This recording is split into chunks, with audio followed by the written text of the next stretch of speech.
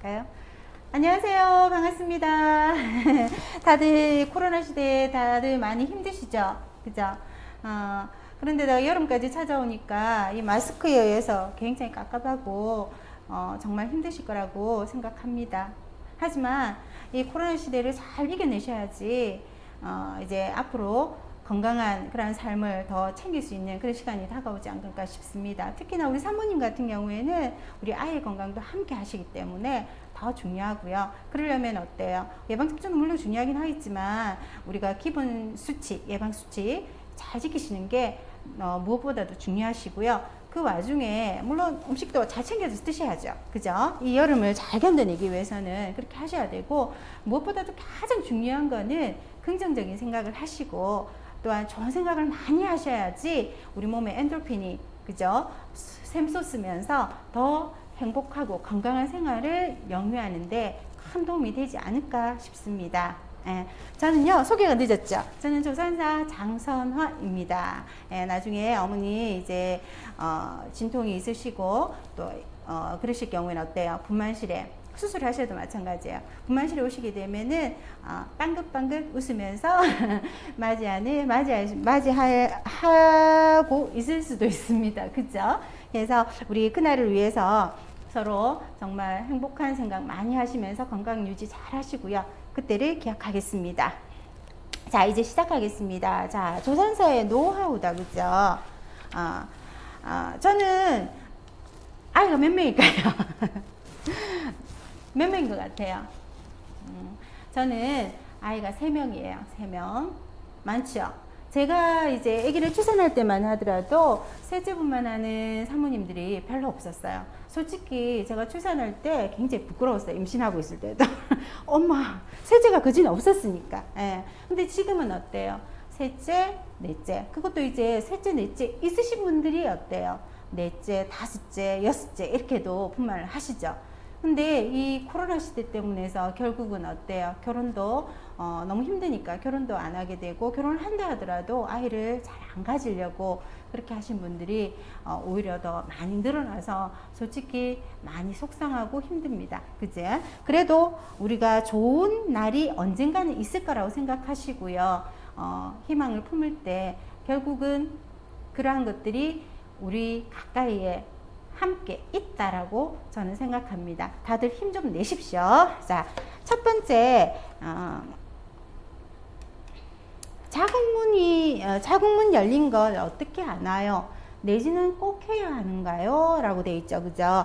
자, 우리 예전 같으면요, 우리 38주 정도 되면은 보통 내진을 했습니다. 그리고 골반 사진이래 가지고 골반의 어떤 크기라든지 이런 거를 확인하기 위해서 골반 사진도 찍고 했습니다. 그거는 골반 상태라든지 어떤 진행 상태를 보기 위해서 했었는데, 요즘에는 꼭 하진 않죠. 그래서 꼭 필요한 경우에만 이제 내진을 하게 되는데, 왜 그런 경우, 어떤 경우가 그러냐면요, 예정일이 지난 경우, 그죠? 그리고 또 양수가 적은 경우에는 이제 양막의 어떤 파막 여부를 확인하기 위해서도요, 이제 내진을 하게 되고, 또한 진통이 없고, 그죠? 그래서 경관 상태라든지 진행 상태를 확인하기 위해서, 계대 정도를 확인하기 위해서도 내진을 합니다. 그제? 그리고 또 아기가 굉장히 큰 경우, 그런 경우에도 내진을 하게 되고요. 그리고 제대의 어떤 탈출 여부, 그런 걸 이제 확인하기 위해서도 이제 내진을 하게 돼요. 그래서 뭐냐면은 우리가 임신을 하시고 이제 외래 진료를 받으실 때 가장 중요하게 하는 게 이제 뭐 혈압 뭐 이런 것도 물론 중요하긴 하지만, 초음파를 보시면서 이제 태반의 위치라든지 그런 것들을 정말 중요하게 꼭 확인하고 가는 것 중에 하나가 그거라고 보시면 될 것 같습니다. 그래서 꼭 하지는 않는다라고 보시면 됩니다. 그죠? 자, 다음에는 이제 언제 병원에 와야 하나요? 라고 되어 있습니다. 이슬이란 양수 터짐의 징조란, 그리고 밤에 진통이 올시라고 되어 있어요. 자, 이슬이라고 하면 우리가 보통 피 섞인 점액이라고 하는데요. 이 이슬은 어떻게 생기냐면은 우리 자궁 경부라는 게 굉장히 두껍습니다. 그죠? 한 4cm 정도 되는데 우리 손가락 마디에 한 2마디 정도 되는 4cm 두께로 굉장히 두꺼운데요. 이 자궁 경부가 얇아지면서 그 주변에 있는 모세혈관이 터지면서 분비물과 같이 섞여서 나오는 게 이슬이라고 보시면 됩니다. 그러면 결국은 어때요? 진행이 되면 될수록 이슬의 양은 더 증가한다라고 보시면 될 것 같습니다. 근데 간혹 이슬이 삐치는 경우도 있어요. 이슬처럼 얘가 피비침이 있는 경우도 있어요. 그런 경우는 어떤 경우냐면은 이제 내진을 하는 경우. 우리가 보통 요 38주, 예전 같으면 38주 정도 되면은, 이상 되면은 이제 내진을 한다 그랬잖아요. 그죠? 요즘은 그렇진 않죠. 꼭 필요한 경우 하게 됩니다. 그리고 또 엄마 배가 아프거나 이럴 경우 어때요? 분만실을 내원하게 되면 경부의 어떤 상태라든지 진행 상태를 보일 수 있는 방법은 내진밖에 없기 때문에 내진을 하게 되는데요. 그런 경우에는 또 피가 맺힐 수 있습니다. 그래서 이슬이 피가 비친다고 해서 너무 당황하지 마시고요. 일단은 그런 증상이 있거나 하실 경우에는 궁금한 상황이 있으면 무조건 전화하시면 됩니다. 분만실은 항상 365일 그죠? 어머니들한테는 열려 있습니다. 그죠? 궁금한 게 계속 쌓이게 되면은 어때요? 불안해지죠? 그죠? 불안해지고 두려워지고 긴장이 생기고 그죠? 이런 것들은 결국은 분만 진행뿐만 아니라 나의 어떤 몸들도 좀 부드럽게 만들어줄 수 있는, 이완시킬 수 있는 그런 역할이 돼야 되는데 오히려 더 긴장감을 주기 때문에 더 분만을 진행하는 데 있어서 어려움을 줄 수 있습니다. 그죠? 그래서 궁금한 게 있으시면은 언제든지 전화 주시면 된다라고 보시면 될 것 같습니다. 자, 그럼 이슬에 대한 거는 해결이 되셨죠? 그죠? 다음 이제 양수 터짐의 징조인데요. 양수라는 거는 굉장히 중요해요. 양수는 어디에 있냐면은 양막이라는 데가 있습니다. 양막은 보통 두 겹으로 해서 되어 있는데요. 이 양막 안에 뭐가 들어있냐면은 양수가 들어있고요. 그리고 우리의 태아, 그리고 우리 태아에게 영양분이라든지 산소를 공급하는 태반, 이런 것들이 안에 들어있습니다. 그죠? 그러니까 굉장히 어때요? 밖에서 우리가 탁 부딪혔다 하더라도, 배에 부딪혔다 하더라도 어때요? 이 양수로 인해서 완충작용을 하기 때문에 아이를 보호해주는 역할도 합니다. 그죠? 그렇게 해주던 양수가 파막이 됐다는 거는 어때요? 아기를 보호해주는 막이 사라진 거예요. 그죠? 그래 되면은 외부로부터의 어떤 감염의 원인들이 굉장히 많아지겠죠. 그죠? 그래서 엄마도 감염이 있을 수 있고, 우리 아기도 감염이 있을 수 있습니다. 그래서 이거를 확인해 주는 게 굉장히 중요한데요. 그래서 이 확인이 된다면은 입원을 하실 수, 이건 진통하고 상관없습니다. 입원하셔야 되고요. 그리고 이제 감염을 줄이기 위해서 어때요? 항생제를 투여하고, 이 항생제는 보통 8시간 간격으로 해서 계속 주입이 된다라고 보시면 될 것 같습니다. 그리고 엄마 이제 우리 활력증으로 하는데요. 그 중에서도 가장 중요한 게 이제 엄마 열 나는지 안 나는지, 예, 그런 것들을 함께 체크하고요. 그리고 아이의 어떤 그 심박동의 어떤 변화들, 이런 걸 보기 위해서 아기 태동 검사를 함께 병원에서 지켜본다라고 보시면 됩니다. 그래서 우리가 보통 이 양수가 파수가 된다는 게 굉장히 중요한 의미인데, 양수가 파수가 되면 바로 이제 진통이 오는 경우도 있지만 진통이 오지 않는 경우도 있습니다. 그래서 보통은 우리가 12시간 정도 양수 파수가 되고 나면 보통 12시간 정도 되면은 진통이 온다라고 되어 있습니다. 그래서 보통 그 시기점에 오게 되고요. 거기 조금 넘어섰는데도 진통이 안 오는 경우 있습니다. 그런 경우에는 우리 책에는 아이가 양수가 파수가 된 경우에는요, 보통 24시간 이내에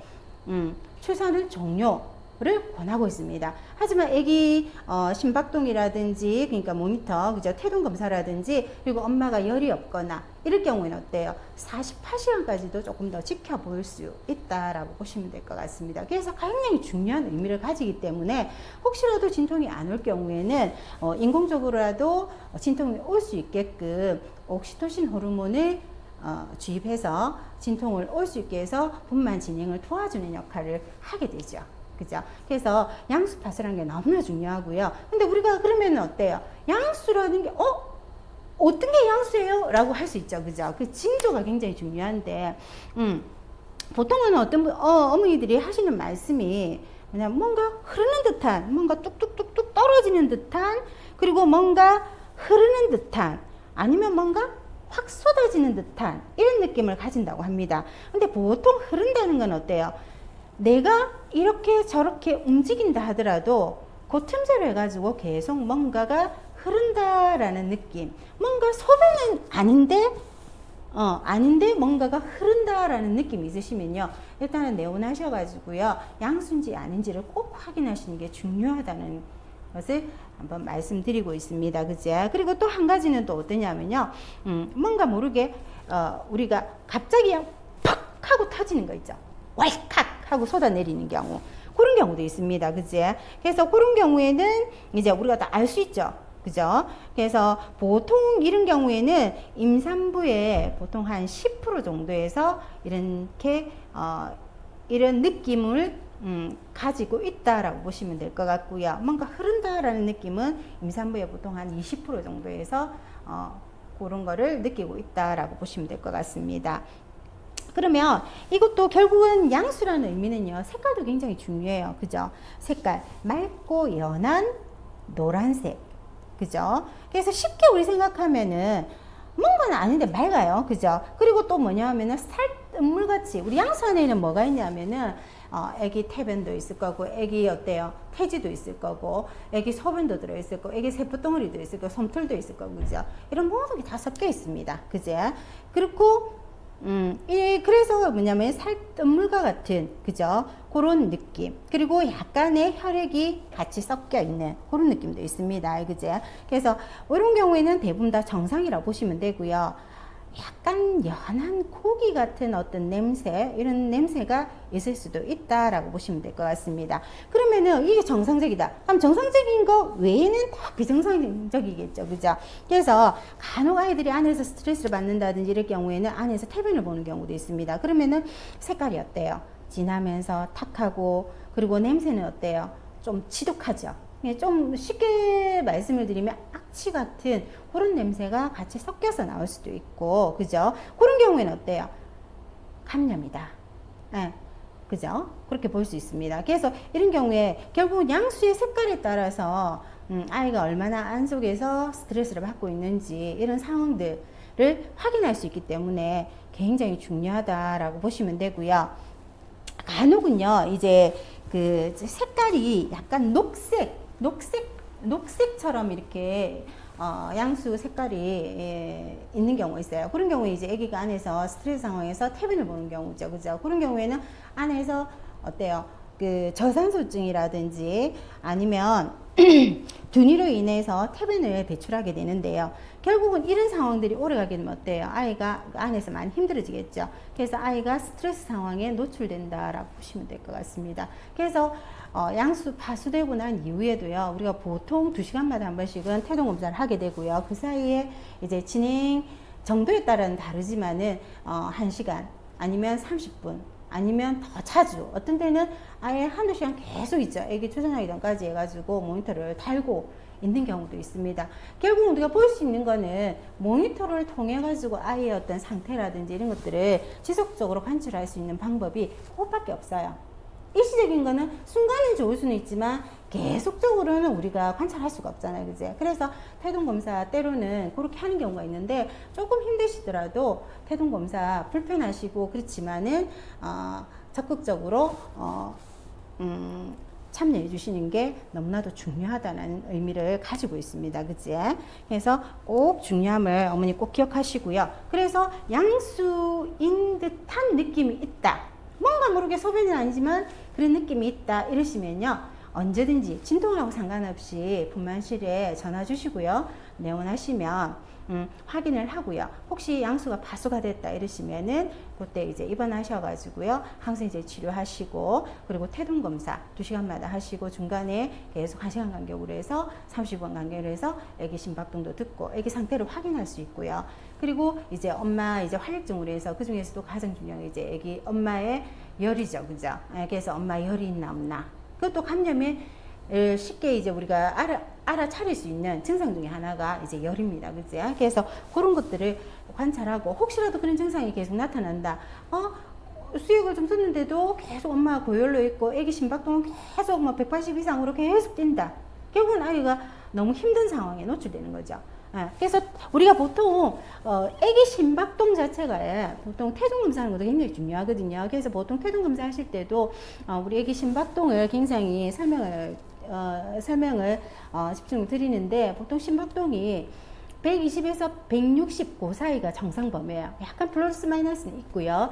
110 이하로 떨어진다든지 110 이하로 떨어지는 게 자주 있다든지, 이거 너무 떨어진 데에서 빨리 회복이 되지 않는다든지, 또한 160 이상으로 해서 계속된다든지 180 이상으로 계속된다든지, 이런 것들이 호전이 없을 경우에는 결국은 엄마가 열이 있거나 아니면 아이가 어떤 스트레스 상황에서 계속 유지가 될 수 있기 때문에 모니터를 집중적으로 관찰도 하고요.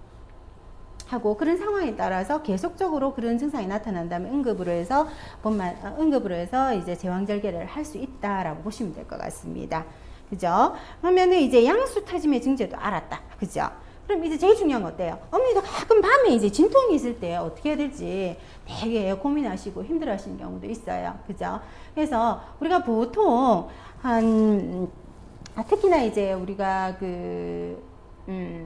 8개월, 9개월 정도 되잖아요. 그죠? 그래 되면 이제 가진통이 조금씩 시작돼요. 그러니까 32주, 36주 요래 되는데, 그때 되면 이제 가진통이 시작되는데, 특히나 이제 밤에, 우리가 통증도 똑같잖아요. 우리가 어떤 통증이 있을 때 보면은, 조용한 환경에서는 우리가 집중이 어때요? 그 부위밖에 집중이 안 되죠. 그죠? 그러다 보면 통증이 왠지 더 강하게 느껴지고, 왠지 더 힘들고, 이런 느낌이 막 들어요. 그죠? 특히나 이제 밤에 진통이 올 수 있는데, 이런 경우에는 뭐냐면은 밤에 옥시토신 호르몬이 분비가 돼요. 더 잘 분비가 돼요. 그러다 보니까 어때요? 밤에 통증이 더 있어 보이죠. 그죠? 그리고 그래서 굉장히 중요하고, 통증이 있다 이러시면요, 일단 전화 주시면 돼요. 앞에도 얘기했지만 전화를 주시면 어머니 증상 이제 저희뿐만 아니라 조산사가 전화를 받을 수도 있고요. 아니면 저희 선생님들이 전화를 받는데, 저희 선생님들 굉장히 설명을 잘 해주세요. 그죠? 그래서 전화를 주시면 어머니의 어떤 증상들, 보통은 남편이 전화 주시는 경우도 있어요. 근데 솔직히 남편이 증상을 느끼는 게 아니잖아요. 그죠? 그래서 걸러서 오기 때문에 어머니가 전화를 직접 주시면 되고요. 전화 주셔서 현재 느끼고 있는 어떤 증상들을 설명을 해주시면 조금 더 집에서 자연스럽게 틀어도 된다 라든지, 아니면 어머니 지금은 내원을 하셔야 되겠네요. 그죠? 아니면 어머니 조금만 더 있다가 언제 됐을 때 한 5분에서 한 10분 정도, 아니면 한 2, 3분 정도 됐을 때 내원하시면 되겠습니다 라고 할 수도 있고. 그죠? 그래서 전화를 주시면 그 상황에 따라 이제 설명을 드리고요. 또 가끔은 집에서 너무 아파요. 아파서 집에 와요. 내가 참기가 너무 힘들어. 그래서 이제 그럴 경우에는 오시면 돼요. 내가 이래도 해보고 저래도 다 했는데 계속 내 몸 힘들고 아프다. 그죠? 너무 견디기가 힘들다. 통증 때문에. 이러시면은 내원을 하시면 됩니다. 내원을 하시면, 전화 먼저 주시고 내원하시면 이제 태동 검사도 하게 되고, 또 진행에 따라서 어때요? 내진도 하게 되겠죠. 필요에 따라서. 그러면 가끔은 초상 같은 경우에는 우리가 보통 자궁경부가 10cm가 열려야 되는데, 그 10cm에서 한 3cm까지 열리는 데가, 0에서 3cm까지 열리는 데가 잠복기라고 합니다. 이 잠복기 기간이 굉장히 길죠. 그래서 어떤 분은 하루 이틀도 될 수도 있고, 어떤 분은 일주일, 2주까지 가신 경우도 있어요. 그래서 우리가 이 잠복기 기간이 굉장히 길기 때문에, 왜 그런가 하면은 자궁경부가 제가 굉장히 두껍다고 얘기했어요. 그죠? 손가락 2마디 정도 되고 한 4cm 정도 되는데, 초상 같은 경우에는요, 이 경부가 얇아지고 그 다음에 경부가 개대가 돼요. 열려요. 그죠? 그러니까 경부가 얇아지고 열리는 데까지 시간이 많이 걸리겠죠. 그죠? 근데 경상 같은 경우에는 경부가 이미 한번 얇아져 있는 상태이기 때문에 어때요? 아기를 출산하시잖아요. 그죠? 그러니까 경부가 얇아지는과 동시에 같이 열려요. 그러니까 어때요? 시간이 단축이 되겠죠. 그죠? 그래서 간혹 초산 사모님들 많이 아파가 오시면 내진해 보면 경부가 한 1cm도 안 되는 경우도 있고, 그리고 경부가 한 2cm 이리 됐다들 경부가 굉장히 두꺼운 경우도 있어요. 그런 경우에는 시간이 많이 걸리죠. 그래서 이왕 시간이 많이 걸린 거, 공간이 복잡고 내 언제 뭔가 불편한 환경보다는 나에게 굉장히 익숙한 환경, 그 환경에서 내가 편안하게 자연이동을 다 하고 온다면 훨씬 더 두려움이나 이런 것들이 줄어들기 때문에, 불안감 이런 게 줄어들기 때문에 어때요? 긴장이 안 되니까 어때요? 이완이 잘 되겠죠. 그래서 부드럽게 잘 진행을 시키고 그리고 오실 수 있다라고 합니다. 그래서 그런 경우에는 저희가 초당 같은 경우 그런 경우에는 이제 집에 가셨다가 어머니 조금 더 트시고 경부가 조금 더 진행이 되고 그죠? 진통이 어느 정도 올 때 그때 오시면 되겠습니다. 집에서 조금 더 자연스럽게 자연진통 더 하고 오시면 좋겠습니다. 라고 설명을 드리고요. 보내는 경우도 있습니다. 근데 간혹 난 집에 가면 너무 힘들고 그죠? 그래서 못 가겠어요. 너무 힘들어서. 그러면은 입원하셔가지고요. 태동 검사도 하시면서 경과 지켜보시고 그리고 괜찮아지면 가시는 경우도 있고요. 간혹은 또 어머니가 꿀이 너무 못 참고 힘드셔가지고 결국은 유도라든지 이런 걸로 통해 가지고 하시는 경우도 있습니다. 그리고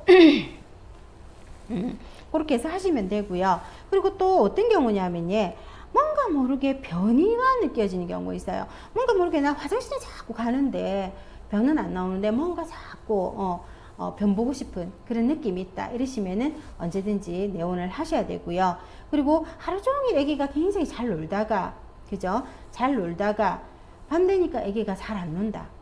뭔가가 우리가 보통 태동이란 자체가 보통 한 10회 이상 10회 이상 아기가 놀아야 되거든요. 그죠? 근데 이제 그런 것들이 싹 줄은 경우, 뭔가 모르게 평소와 다르게 줄었다라고 생각되시면요. 전화 주시고 언제든지 내용을 하셔야 된다라는 것만 어머니 꼭 기억하시면 좋겠고요. 그래서 초사는 보통 한 5분에서 10분 정도, 5분에서 10분 정도, 그죠? 한 45초. 그리고 보통 60초에서 2, 3분 간격으로 진통 오게 되면 보통 한 60초에서 한 90초. 90초 이상은 안 됩니다. 그건 비정상적이에요. 그래서 보통 60초에서 90초. 그 사이로 얘가 진통이 옵니다. 그제? 그러면은 언제든지 오시면 됩니다. 어느 정도 진행이 되어 있습니다. 그래 되면. 그제? 그래서 하시고, 경상 같은 경우에는 한 10분 간격, 한 5분에서 10분 간격. 그리고 어떤 경우에는 15분 간격이라 하더라도요. 뭔가 모르게 진통이 강하게 올 때, 자주 오진 않지만 진통이 올 때 뭔가 모르게 변보고 싶은 느낌, 뭔가 누르는 듯한 느낌이 있으시면요. 그 간격하고 상관없이 일단 전화 주시고 내원하셔가지고요. 경부 상태라든지 계대 상태라든지 이런 것들을 한번 확인하고 가시는 것도 도움이 된다라고 보시면 될 것 같습니다.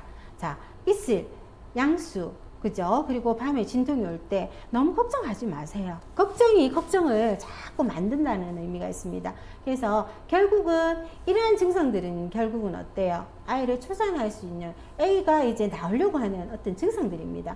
굉장히 기쁜 증상들이죠. 엄마 빨리 나가서 엄마 보고 싶어, 아빠 보고 싶어 라는 그 소리와 같다라고 보시면 될 것 같습니다. 그죠? 그래서 통증을 즐기셔야지 결국은 어때요? 통증도 경감되고 그죠? 진행도 편안하게 잘 된다라고 보시면 될 것 같습니다. 자, 다음은요. 이제 젠틀버스 교육 때 잠깐 들었는데 옥시토신 호르몬과 분만은 라고 했습니다. 그죠? 분만은 어떤 상관관계에 있는지 한 번 더 말씀해 주세요 라고 되어 있어요. 그죠? 자, 옥시토신 하면 어때요? 사랑의 호르몬이라고도 얘기하고요. 행복 호르몬이라고도 합니다. 그래서 이런 게 결국은 어떤 때에 주로 많이 있습니까? 사랑할 때라든지 기쁠 때 이럴 때 이제 옥시토신 호르몬이 많이 분비가 되겠죠. 두려움은 어때요? 분비가 잘 안 되겠죠. 그죠? 예. 그래서 그렇게 보시면 되고, 그래서 우리가 보통 40주에서 41주 정도 되었는데 진통이 없어요. 그죠? 그런 경우는 어때요? 아이도 크거나 뭐 주수는 그 정도 안 됐지만 아이가 큰다든지 이러면 어때요? 계속 아이가 클 수 있고, 그죠? 그리고 계속 기다릴 수는 없잖아요. 그죠? 그런 경우에는 자연적으로 진통이 와서 이제 옥시토신 호르몬이 분비가 되면서 진행이 되면 참 좋겠지만 그렇게 안 되는 경우가 가끔 있어요. 그죠? 그런 경우에는 무턱대고 기다릴 수가 없기 때문에 그런 경우에는 우리가 외부로부터 해서 그죠? 인공적으로 이제 옥시토신 호르몬을 주입해서 진통을 올 수 있게끔 해서 하는 게 유도분만이라고 보시면 될 것 같습니다. 그죠? 아무래도 자연 진통하고요. 그리고 이제 인공적으로 들어가서 진통이 생기는 거하고는요. 진통의 강도가 다르겠죠. 그죠? 느껴지는 그 민감도가 달라요. 그죠? 아무래도 자연 진통이 자연적으로 해서 이제 진통이 오는 거에 내가 처음에 이 정도 아팠다가 다음에 이 정도 아팠다 이러면 어때요? 그 강도에 따라서 내가 서서히 맞춰서 나가죠. 그죠? 근데 갑자기 그렇다고 해서 옥시토신 호르몬이 외부적으로 해가지고 인공적으로 들어가는 자체도요. 처음부터 많은 양을 주입하진 않아요. 그럼 큰일 나요. 그래서 서서히 해서 이제 어때요? 조금씩 올려서 강도를 증가시키고 진행을 돕는다라고 보시면 될 것 같습니다. 그러려면은 제일 중요한 게 뭡니까? 제일 중요한 거. 물론 이 옥시토신 호르몬 자체가 이렇게 사랑의 호르몬을 하는데 가장 중요한 건 또 한 가지는요. 옥시토신 호르몬처럼요. 성적인 어떤 자극을 통해 가지고 그러니까 이게 뭐냐면 오르가즘. 우리 한국 사람들은 굉장히 섹스를 할 때도 급해요. 그죠? 그러니까 상대편이 어때? 엄마가 오르가즘을 느끼고 하다 보면은 자연스럽게 분비물이 이제 형성이 되겠죠. 그죠? 질내 분비물이 형성이 되면서 이제 섹스를 하더라도 덜 아프고 이러는데 너무 급하다 보니까 어때요? 안 되죠. 그죠? 그런 경우 꽤 많아요. 그죠? 그래서 우리가 이제 오르가즘이 있는 어떤 성교는요, 옥시토신 뿐만 아니라, 우리 그 자궁 경부를 부드럽게 만들어주는 프로스타글란딘이라는 호르몬도 같이 분비를 시켜줍니다. 네. 그래 되면 어때요? 더 진행이 잘 되겠죠. 그죠? 그래서 제일 좋고요. 그리고 가장 중요한 거는 인공적인 것보다는 자연적으로 하는 게 굉장히 좋잖아요. 그죠? 그래서 우리가 많이 움직여 주셔야 돼요. 많이 움직인다는 거는 초창기 때부터 많이 움직이라는 게 아니고요. 36주가 이제 넘었으면 우리가 보통 책에서는요 37주를 기준을 하죠. 그래서 37주가 넘어버리면 37주부터 해가지고는 보통 만사가라고 하고요. 37주에서 하루만 모자라도 36주 6일만 돼도 미숙아라고 합니다. 하지만 최근에는 보니까 우리 이 기준 자체가 뭐냐면 아기의 폐성수기거든. 폐성수. 예. 근데 최근에는 보니까 이 36주만 돼도 어느 정도 폐성수가 다 됐다라고 해요. 근데 이제 공식적으로 이제 이렇게 뭐 어느 기준을 줘서 어떻다 저떻다 이런 게 확실하게 나와 있지가 않으니까 그렇긴 하는데요. 그래서 결국은 폐성숙을 기준으로 두기 때문에 어머니 이거 잘 기억하시면 좋겠고요. 그래서 우리가 36주가 넘으면은 그때서부터는 열심히 움직이셔야 돼요. 그래서 계단도 오르고 계단도 오르고 5층이든 15층이든 우리 아파트 대부분 계단이잖아요. 그죠? 엘리베이터 타고 올라가긴 하지만 이 시기 때부터 해가지고는 계단을 오르시면 됩니다. 처음부터 15층까지 올라가기는 우리도 힘들어요. 이래 됩니다. 그죠? 근데 임산부는 더 힘들겠죠. 그죠? 그래서 계단을 올라와서 한 5층 뭐 7층 올라가는데 너무 힘들다라면 중간에 쉬시고 잠깐 숨 고르시고 또다시 올라가시면 되고요. 내려오실 때는 엘리베이터를 타시고요. 그래서 하루에 한 두세 번 정도 이렇게 하시면 되고 혹시 5층 정도의 뭐 계단이다 이러시면은 올라가시는 이게 하루에 한 5번 정도 이렇게 하셔가지고 올라갈 때는 걸어서 내려올 때는 엘리베이터 이렇게 해서 오시면 되겠습니다. 그제? 그래서 열심히 계단을 오르락 내리락 하시는 것도 분만 진행에 도움이 된다라고 보시면 될 것 같습니다. 그리고 제일 중요한 거는 이제 실내 자전거 있죠. 탄력성이라는 유연성도 굉장히 많이 도움을 줍니다. 그죠? 그리고 또 짐볼입니다. 짐볼.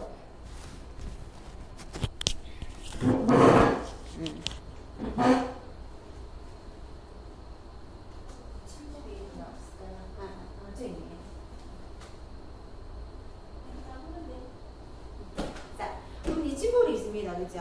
이 짐볼은 이건 작은 건데 보통 한 65 이렇게 많이 쓰시는데요. 자, 짐볼도 한 90도 각도로 해가지고 이렇게 앉으셔가지고 그렇게 맞죠? 자, 이렇게 앉으셔가지고 하시면 되고요. 이거 하실 때도 제일 중요한 거는 뭐냐면은 중심 잡기 어렵죠, 그죠? 그래서 아빠가 있으시면 아빠 손을 잡고 하시면 돼요. 그래서 좌우 좌우 해주셔도 되고 앞 뒤 그리고 골반을 오른쪽 왼쪽 이렇게 해서 싹 올려주시고요. 그죠? 그리고 중력에 의해서 아이가 밑으로 처질 수 있게끔 막 이렇게 하시면 힘들어요. 그죠? 그래서 천천히 중력에 의해서 처질 수 있도록 이렇게 움직여 주시는 것도 굉장히 도움이 됩니다. 그래서 아빠가 없다면 우리 책상이라든지 이런 거 하셔도 되고 잡고 하셔도 되고 의자나 이런 걸 잡고 이렇게 하셔도 되고요. 그리고 이제 분만실에 오시게 되면 보통 수액을 많이 달잖아요. 그죠? 그러면은 폴대 수액 달고 있는 그 폴대 그거 잡고 이렇게 해서 움직여 주시면 됩니다. 그죠? 그렇게 해서 해주시고 또 하나 제일 중요한 거는 애기 자세인데요. 자세가 좋지 않으면 진행이 더디고요. 또 허리 쪽이라든지 이쪽으로 굉장히 많이 힘들어 하시는 경우 있어요. 그래서 제일 중요한 거는 아이 자세를 바른 자세로 만들어주고 좋은 자세로 만들어주고 좋은 자세는 더 좋게 유지시켜주는 게 진행에 도움이 된다라고 보시면 됩니다. 그 중에 가장 좋은 게 여기 고양이 자세죠. 그죠? 고양이 자세 하실 때는 이거를 어때요? 왼쪽 하나만 당기시면서 눌리면 어때요? 불편하고 아프고 그죠? 힘들죠? 그래서 가슴 있는 쪽으로 해서 이렇게 어깨 넓이 정도를 하시고요. 이렇게 된 상태에서 하시면 되고요. 그죠? 그리고는 가끔 골반도 어때요? 골반만 흔들어 주시고 그죠? 이렇게 해주시고 고양이 자세는 어떻습니까? 들어가시 경우 복식호흡입니다. 복식호흡 저는 굉장히 많이 권하고 있는데요. 엄마들이 대부분 이렇게 복식호흡을 많이 연습을 시켜요. 오시게 되면은 본인들이 많이 연습을 하셨던 분들도 오시게 되면 힘들어요. 호흡을 해야 되는데 이 호흡을 어떻게 해야 될지도 잘 모르겠고 그러다 보니까 결국은 어때요? 과호흡을 하게 되죠. 이렇게 많이 과호흡을 하게 되면 어때요? 엄마는 어지럽고 그죠? 산소가 어때요? 뇌로 전달이 안 되니까 어지럽고 그죠? 그러니까 속도 불편하고 이런 증상들이 막 일어납니다. 그래서 절대 과호흡을 하시면 안 되고요. 혹시라도 복식호흡이 어렵다면은 가장 편안한 호흡으로 해서 과호흡만 아닌 호흡을 해주시면 되고요. 그렇지 않다면 우리가 보통 권하는 게 복식호흡에서 44, 46, 48 이렇게가 많이 합니다. 그래서 코로 들어 마실 때는 코로 4초 정도 들어 마시고 그리고 내뱉을 때는 입으로 해서 4초 정도 내뱉고 그죠? 그렇게 해서 숙달이 되면 그 다음에 4,6을 해가지고요. 4,6이라는 결국은 들어 마실 때는 4초 똑같아요. 근데 내쉴 때 6초 입으로 천천히 내뱉고 8초는 어때요? 내쉴 때 8초 내뱉는 거예요. 들어 마실 때 똑같아요. 4초. 그래서 익숙해지면 4,4가 익숙해지면 4,6, 4,8 이렇게 해서 집에서 편안하게 복식호흡 연습해 주시면 결국 우리가 긴장을 하게 되면 경부도 긴장이 돼요. 엄마가 막 불안하고 긴장되고 두렵고 무섭고 막 이래 되면은 내 몸도 그게 반응을 해서 이완이 안 되고 자꾸 좋아져요. 긴장이 돼요. 그죠? 그 긴장되는데 통증이 막 이러죠. 이 통증이 막 온데다가 그냥 자꾸 이완을 안 시켜줘 좋아지니까 어때요? 경부에 자극이 탁탁 하게 되면 경부가 자극이 되면서 이완이 되면 어때요? 열려지면서 진행이 되는데 이완이 안 되니까 어때요? 경부를 쳐요. 이완 안 되는 그 긴장된 상태로 경부를 치게 되면은 이 경부가 어때요? 진행이 되는 게 아니라 오히려 경부를 자극해서 붓게 만들어요. 그럼 진행이 더디죠. 그래서 제일 중요한 게 호흡을 시키는 이유 중에 하나가 뭐니? 물론 이 경부를 이완시키고 부드럽게 진행시켜주는 그런 목적도 있지만 아이한테 산소 주는 역할도 해요. 그래서 아이는 엄마 뱃속에 있을 때는 오로지 엄마만 쳐다보고 있어요. 엄마한테 의존하고 있어요. 그죠? 그래서 엄마가 이제 아기가 엄마 이 진통이 오잖아요. 그죠? 그러면 그 안이 굉장히 팽팽하죠. 그죠? 아이한테는 스트레스 상황이에요. 이 스트레스 상황을 엄마가 조금 완화시켜주기 위해서는 엄마가 코로 천천히 들어 마시고 입으로 후후 내뱉고 아니면 복식호흡을 해주시게 되면은 아이한테 산소로 공급이 되고 나는 경부 쪽에 이완시키고 내 몸을 이완시키면서 분만을 더욱더 진행을 시키고 그죠? 이런 목적으로 해서 많이 하기 때문에 조금 힘드시더라도요 집에서 복식호흡을 연습해 주시면 너무나도 좋겠습니다. 그죠? 그렇게 해주시면 되고요. 그리고 집에서 앉으실 때도 보통 우리가 의자로 많이 앉으시거든요. 그래서 결국은 뭐냐면 굴곡된 자세를 만들어줘야 돼요. 굴곡된 자세. 굴곡된 자세라는 거는 아기가 이렇게 돼줘야 돼요. 이렇게 해서 어때요? 이렇게 틀고 또다시 하고 이렇게 나와줘야 되는데 이 굴곡된 자세가 아니라 아이가 자세 옆으로 있다든지 어떤 하늘을 본다든지 이런 자세가 계속 있으면 어때요? 아기가 이 골반을 통과하기가 어렵겠죠. 그죠? 이랬으면 안 나와요. 그죠? 그래서 아기가 나올 때는 이렇게 가요. 여기서 이래 진입해서 요를 돌아서 이렇게 나오거든요. 그래서 그렇게 하는데 이런 굴곡된 자세를 해주기 위해서는 의자를 반대로 해서 이렇게 안으시고요. 여기서 이렇게 앞쪽으로 기울여 주셔야 되고 좀 편안하게 하고 싶으면은 베개나 쿠션 같은 거 내시고요. 이렇게 기대가 있으셔도 좋아요. 그럼 앞쪽으로 하면서 아이가 어때요? 이렇게 굴곡이 되죠. 그죠? 그런 자세도 괜찮고 아니면은 수건 같은 거 이용하셔가지고요. 혹시 없죠? 수건이 많으셔가지고요. 그걸 어디냐면은 여기 해서 내 꼬리뼈, 엉덩이 있는 쪽 끝머리에 이렇게 놓으시고 이렇게 앉으시면 어때요?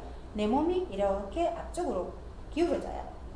네. 그래서 이렇게 기대고 있는 자세는 결국은 어때요? 애기가 자꾸 이렇게 무거운 쪽이 어때요? 자꾸 하늘, 머리 뒤통수가 자꾸 그쪽으로, 엉덩이 쪽으로 가게 돼요. 등 쪽으로 가게 되죠. 그죠?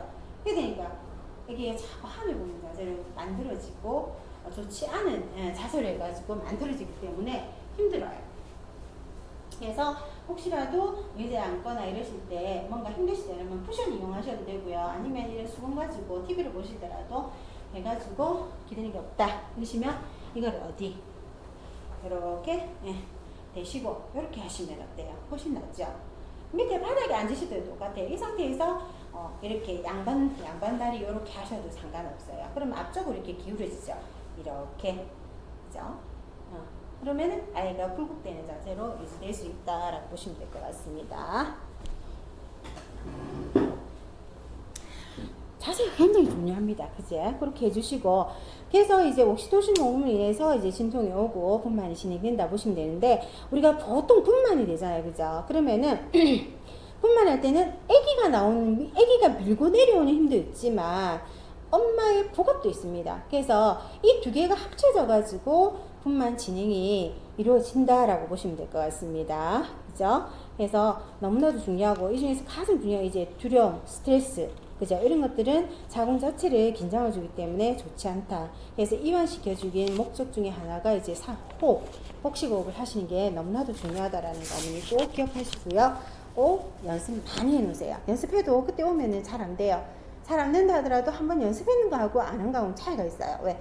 내가 기억을 하기 때문에 조금 더 열심히 하려고 알아요. 왜, 어디에, 어떻게 좋다라는 걸 알기 때문에, 본인들이 더 적극적으로 하려고 노력을 하죠. 그죠? 그래서 하실 수 있다라고 보시면 되고요.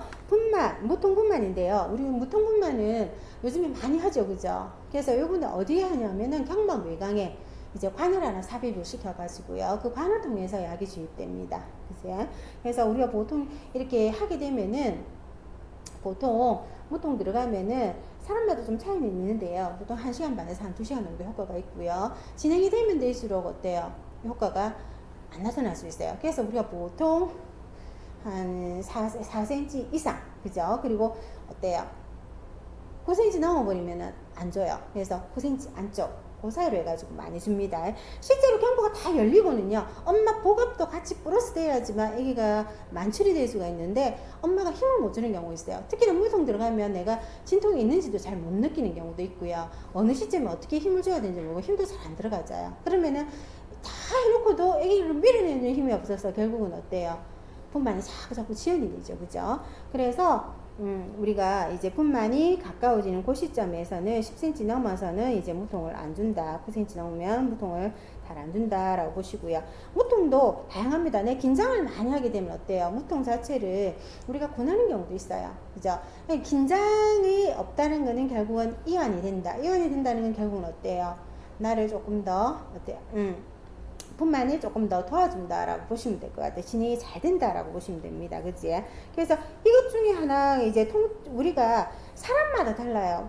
통증의 민감도, 통증의 문턱질환은요, 사람마다 다 달라요. 네, 그래서 어떤 분은 정말 힘든데, 진통도 뭐 2, 3분간 오면서 굉장히 강하게 오는데, 100씩 이러는데도 전혀 별로 못 느끼고, 그 통증을 그냥 그대로, 그냥 뭉치는 것만 느껴요. 라는 정도의 통증을 느끼시는 분도 있고요. 어떤 분은 진통이 그렇게 강하지는 않지만 본인이 느끼는 이 진통은 엄청나게 강한 거예요. 그죠? 그러면 긴장이 되고 두렵고 이래 되겠죠. 그죠? 그래서 그런 경우 불안해지니까 오히려 긴장을 주기 때문에 그런 경우에는 무통을 하시게 되면요. 조금 한 박자 늦더라도요. 오히려 더 이완을 시키고 진행을 더 도와주는데 도움을 준다라고 보시면 될 것 같습니다. 그리고 제일 중요한 거는 그런 것도 있죠. 이제 우리가 보통 한 36주 정도 되면 36주, 37주 정도 되면요, 그 회원부 쪽으로 해서 마사지를 좀 해주시면요, 그것도 굉장히 많이 도움이 돼요. 그래서 그 시기 때 혹시라도 내가 회원부 마사지를 좀 받고 싶다 이러시면은 남편분하고 같이 오셔도 돼요. 그래서 이제 분만실, 분만실에 미리 전화 주시고요. 그렇게 밑에 외래 얘기하시면은 아니면 미리 전화를 해서 언제쯤 이래가지고 회원부 36주 그 시기쯤 해가지고 회원부 마사지를 좀 하고 싶다 이러시면은 그때 얘기하시고요. 회원부 마사지를 좀 받아 놓으시면요 훨씬 더 분만 하시기가 부드럽고 좋다라고 보시면 될 것 같습니다. 자, 다음은요. 회원부 절개랑 관장인데요. 이건 꼭 해야 되는 거예요. 아니면 꼭 할 필요 없어요. 꼭 할 필요 없어요. 그래서 필요하신 분만 하시면 되는데, 대부분 회원 절개 같은 경우는 우리 한국 사람은 산모 중에서 모두 한 90% 이상은요, 초상 같으면 다 해요. 시행을 한다고 보시면 될 것 같아요. 그죠? 그래서 이거의 어떤 역할은 뭐냐면, 역할은 결국은 분만 이기를 좀 단축시켜주고요. 그리고 항문이나 이쪽으로 해가지고 회음절개 되는 열상을 이제 좀 방지하고 하는 그런 목적이 있죠. 그죠? 그래서 회음절개를 하게 되고 회음 자체 굉장히 용이하죠. 그죠? 그렇게 해서 할 수 있고 요즘에는 회음절개 조금 덜 하기 위해서 요즘에 굉장히 자연스럽게 해서 분만하는 경우 있어요. 그런 경우는 어떠냐면 초산이들 하더라도 굉장히 골반이 넉넉하고 회음 자체가 굉장히 부드러우신 분이 있어요. 그래서 그런 경우에 이제 이렇게 자연분만 회음절개 하지 않고 놓는 경우도 있고요. 애기도 좀 적고 이럴 경우에 하는 경우도 있고 경상 같은 경우에도 간혹 이렇게 회음절개 하지 않고 굉장히 부드럽게 해서 아이를 출산하시는 경우도 있습니다. 그래서 그런 경우도 있고 또 이거를 조금 더 도와주는 게 이제 하이렉스라는 게 있어요. 우리 시대가 자꾸 바뀌면 바뀔수록 다양한 것들이 많이 나와요. 그 중에 이제 하이렉스라는 게 있는데 이 하이렉스가 회음부 연조직에 있는 어떤 부종들을 감소시켜 주고요. 그리고 회음절개를 아주 최소화시킵니다. 그리고 뿐만 아니라 그 회음부 쪽에 있죠. 그 통증도 좀 경감을 시켜주면서 그리고 회복을 빨리 도와줍니다. 그래서 요즘에 회음 열상을 조금 더 방지하고 좀 도와줄 수 있는 하이렉스를 많이 쓰죠. 그래서 그렇게 많이 하고요. 그리고 관장인데요. 관장은 꼭 안 하셔도 돼요. 원래 관장이라는 목적은 이제 오염 방지라든지 그 회음부 쪽을 넓히기 위해서 또 분만의 통증을 어때요? 분만 자체를 촉진시키기 위해서도 우리가 관장을 합니다. 그죠? 하지만은 꼭 할 필요는 없고요. 간혹은 이제 어머니들 변을 평소에 자주 잘 보시는 분은 굳이 하실 필요 없고 또 오시기 전에 변을 시원하게 보셨다든지 이러시면은 굳이 안 하셔도 됩니다. 그리고 또 우리가 이제 내진을 하거나 이럴 때 보면은 뭔가 직장 쪽이라 만져지는 경우 있습니다. 그래서 이제 그런 경우에는 이제 어머니께 말씀드리고 해서 이제 관장을 하는 경우가 있고요. 내가 이런 원인 때문에 안 하고 싶다 이러시면은 굳이 안 하셔도 됩니다. 그래서 이거는 굳이 하실 필요까지는 없다라고 보시면 될 것 같습니다. 자, 다음은 이제 아기가 작을수록 낳기에 굉장히 수월한지 어느 정도의 키로가 적당한지 누구도 모르죠. 이왕이면 큰 것보다는 아이가 키로수가 좀 적은 아이가 출산하기가 훨씬 더 수월하겠죠. 그죠? 그래서 우리가 보통 37주를 기준으로 하면은 37주, 그죠? 만사가 그리고 이제 미수가 기준인데요.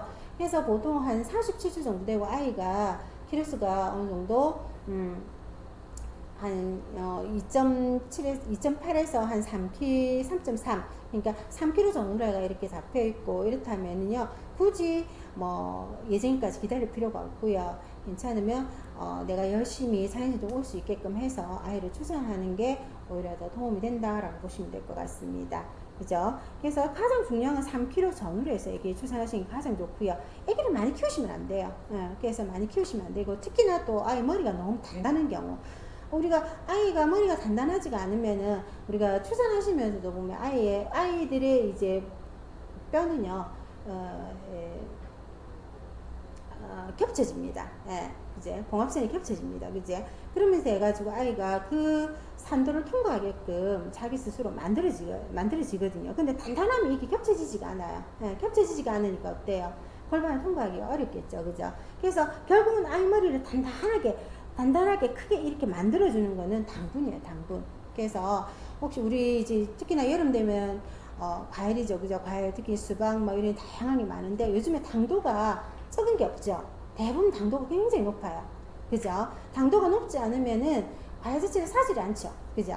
그래서 제일 중요한 거는 많이 드시는 거는 도움이 되지 않아요. 당이 많기 때문에. 그래서 우리가 보통 이제 설명하기로 손바닥 크기의 접시에 내가 먹고 싶은 과일을 올려놓고요. 한 접시를 올려놓고 그거를 하루 동안 나눠서 드시면 가장 좋다라고 보시면 되고요. 그죠? 그리고 뭐 음료수 이런 것도 대부분 다 당도가 굉장히 높습니다. 그죠? 그래서 적게 드셔야 되고요. 제일 좋은 거는 고단백이에요. 그죠?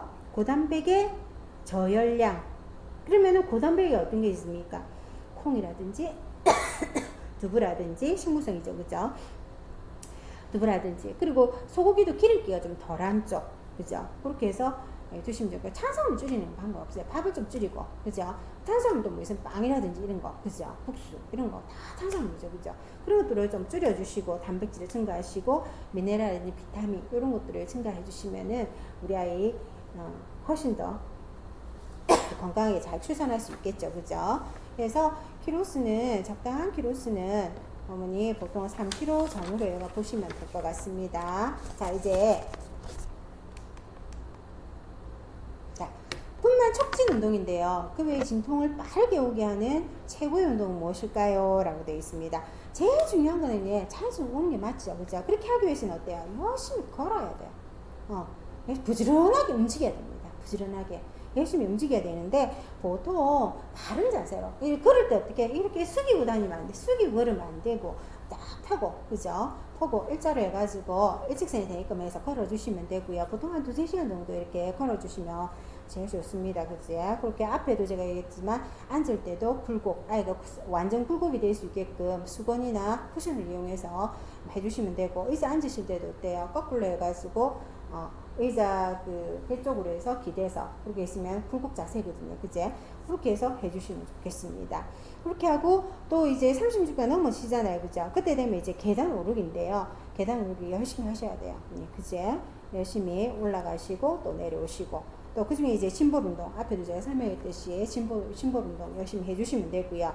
그리고 우리가 제일 중요한 거 이제 옛날 어른들은 발기를 많이 하셨죠. 그래서 어때요? 이렇게 조금씩 앉는 이렇게 많이 했어요. 이렇게 밥도 내고 그죠? 그래서 우리가 이렇게 앉아서 걸레질 하는 거 그죠? 청소할 때 빨래할 때 그죠? 이 자세가 정말 좋아요. 여기가 차선해주는 도움이 되고 굉장히 좋습니다.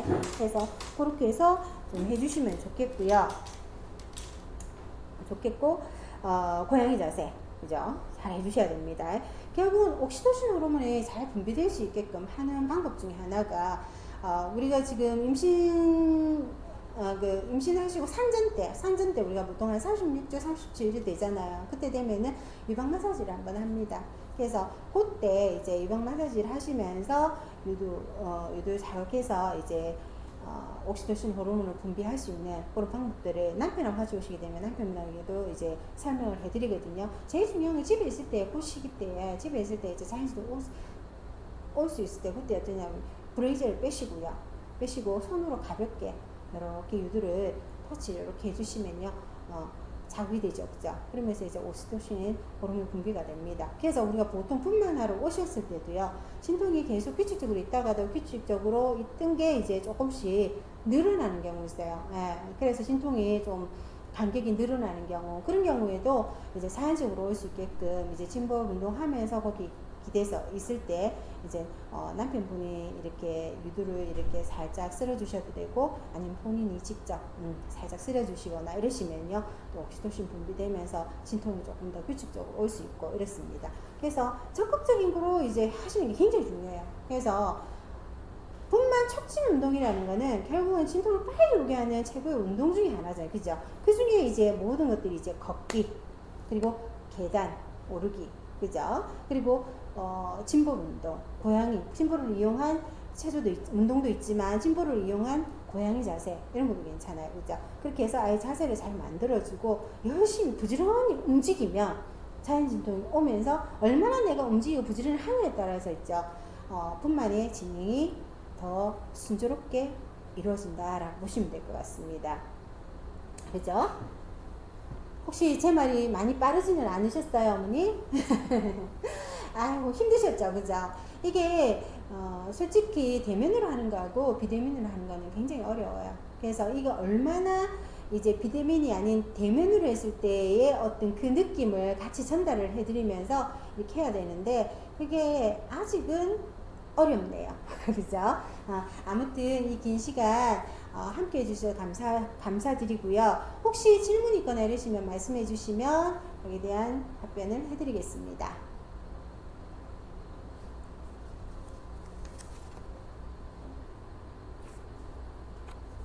하고 하나가 더 남았네. 아이고 어머니 죄송해요. 하나가 더 남았어요. 젠틀버스 교육받은 사는 산모님하고 안 받은 산모님이 분만실에 왔을 때 다른 점이 있나 그랬죠. 그죠? 다른 점은 있어요. 어떤 다른 점이냐면 이미 내가 교육을 받은 분들은 그게 왜 중요하고 왜 해야 되는지를 알고 계시잖아요. 그죠? 그러려면 어때요? 조금 더 적극적으로 할 수 있어요. 그리고 내가 잊어버렸다 하더라도 어때요? 설명하면은 그 설명이 쉽게 받아들이죠. 그죠? 그리고 적극적으로 하려고 노력도 합니다. 그죠? 그게 가장 큰 차이점이라고 보시면 돼요.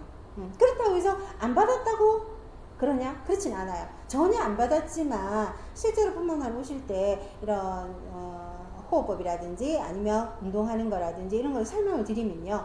어머니들 쉽게 받아들이시면 너무나도 잘해요. 적극적으로.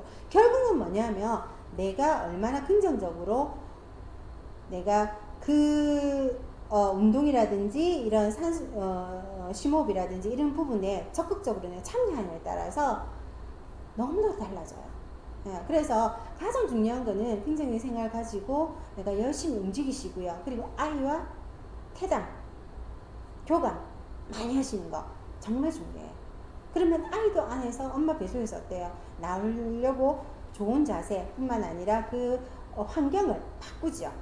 출산을 잘할 수 있는 환경으로 바꾸려고 노력을 합니다. 그래서 엄마와 아이의 어떤 교감은 너무나도 중요하다고 보시면 될 것 같습니다. 혹시 질문 있으세요, 어머니?